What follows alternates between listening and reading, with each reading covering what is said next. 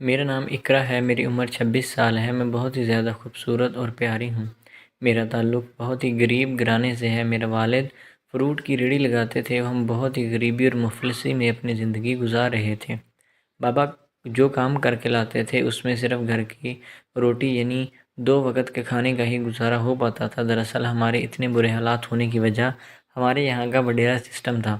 میرا تعلق سندھ کے ایک چھوٹے سے گاؤں سے ہے، وہاں پر وڈیرا سسٹم چلتا ہے۔ میری شادی کی عمر گزر رہی تھی۔ میرے گھر والے میری شادی کو لے کر بہت زیادہ پریشان ہو رہے تھے، کیونکہ گھر کا گزر بسر بڑی مشکل سے ہو پا رہا تھا۔ تو ایسے میں شادی کے انتظامات کیسے کریں، کیونکہ جہاں پر میرا رشتہ ہوا تھا انہوں نے جہیز کی مانگ کر رکھی تھی۔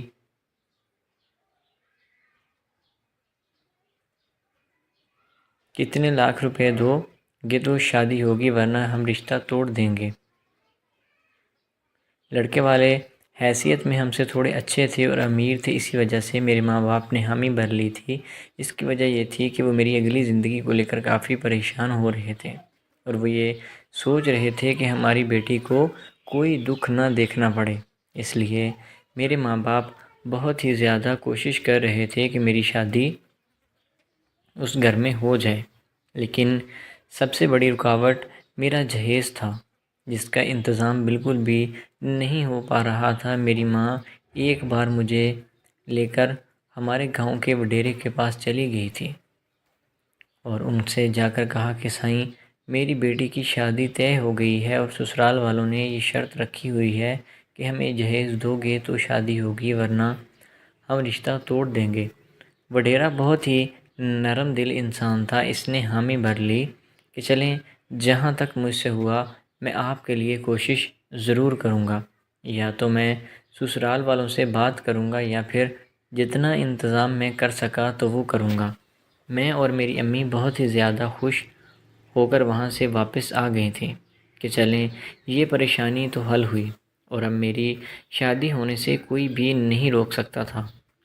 لیکن گاؤں کا جو وڈیرا تھا اس کا بیٹا شاہزین بہت ہی برا آدمی تھا۔ وہ گاؤں کی جس بھی جوان لڑکی کو دیکھتا تو اس کو اٹھا کر لے جاتا۔ اب میری یہ خوش قسمتی کہہ لیں یا بدقسمتی کہ مجھے اس نے کبھی پہلے نہیں دیکھا تھا۔ جس دن اس کے گھر گئے تو اس دن اس کی میرے اوپر نظر پڑ گئی اور وہ میرے حسن پر فدا ہو گیا تھا۔ میں جب بھی کہیں رستے سے آتی جاتی تھی تو وہ ہمیشہ میرا راستہ روکنے کی کوشش کرتا تھا۔ میں بہت ہی زیادہ پریشان ہو گئی تھی، اور یہ بات میں نے اپنے بابا سے بھی کی تھی کہ شاہزین سائیں میرا راستہ روکتا ہے۔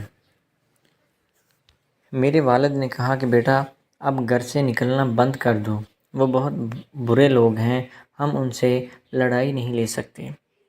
میں بھی پریشان ہو گئی تھی اور اپنے گھر میں ہی بیٹھ گئی تھی۔ میں جب بھی گھر سے باہر نکلتی تو وہ میرا راستہ روکتا تھا۔ بالآخر وہ ایک دن ہمارے گھر آ پہنچا اور آ کر مجھ سے بات کرنے لگا کہ مجھ سے شادی کرو اور میں تم سے شادی کرنا چاہتا ہوں۔ لیکن میں نے صاف انکار کر دیا کہ میں کسی ایسے آوارہ اور راہ چلتے انسان سے شادی نہیں کروں گی۔ اس نے کہا کہ میرے پاس روپے پیسہ ہے، دولت ہے، شہرت ہے، لیکن میں نے انکار کر دیا کہ میں آپ جیسے گھٹیا اور کمینے انسان کو پسند نہیں کرتی۔ میں کبھی بھی آپ سے شادی نہیں کروں گی۔ وہ زبردستی مجھے چھونے لگا، میں نہیں مانی تھی، اور اتنے میں سارا محلہ اکٹھا ہو گیا اور مجھے وہ زبردستی بازو سے پکڑ کر گھسیٹتا ہوا وہاں سے لے گیا تھا اور اپنی حویلی میں لے جا کر مجھے بند کر لیا تھا۔ میرے ماں باپ بہت زیادہ پریشان ہوئے اور رات کے وقت وہ حویلی میں گئے تاکہ وہ مجھے وہاں سے لے کر آ سکیں، لیکن شاہزین سائیں کے نوکروں نے ان کو حویلی کے اندر داخل ہی نہیں ہونے دیا تھا، اور وہ بیچارے سارا رات باہر ہی بیٹھ کر گزار رہے تھے، اور اندر شاہزین سائیں نے میرے ساتھ پوری رات گزار لی تھی۔ تو یہ بات صبح پورے گاؤں میں پھیل چکی تھی، اور ہمارے گاؤں کے وڈیرے کو جب اس بات کا علم ہوا کہ میرے بیٹے نے یہ سب کر لیا ہے تو وہ بہت پریشان ہوا اور اپنے بیٹے کو ڈھونڈ نکال لایا، اور گاؤں کی پنچایت لگی، اور پنچایت میں پھر وڈیرے نے یہ فیصلہ کیا کہ چونکہ میرے بیٹے نے اس لڑکی کی عزت کو تار تار کیا ہے تو لہٰذا اس کی سزا یہی ہے کہ وہ اس سے شادی کرے گا، اور مجبوری کے باعث اس کو اپنے والد کا حکم ماننا پڑا اور میری شادی گاؤں کے وڈیرے کے بیٹے کے ساتھ ہو گئی تھی۔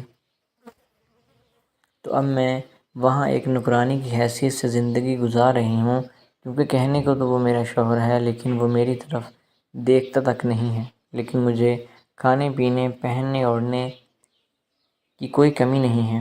تو دوستو، امید ہے کہ آپ کو آج کی ویڈیو کیسی لگی۔ اگر ویڈیو اچھی لگی ہو تو ویڈیو کو پسند، لائک اور شیئر کریں۔ ملتے ہیں اگلی ویڈیو میں، تب تک کے لیے اللہ حافظ۔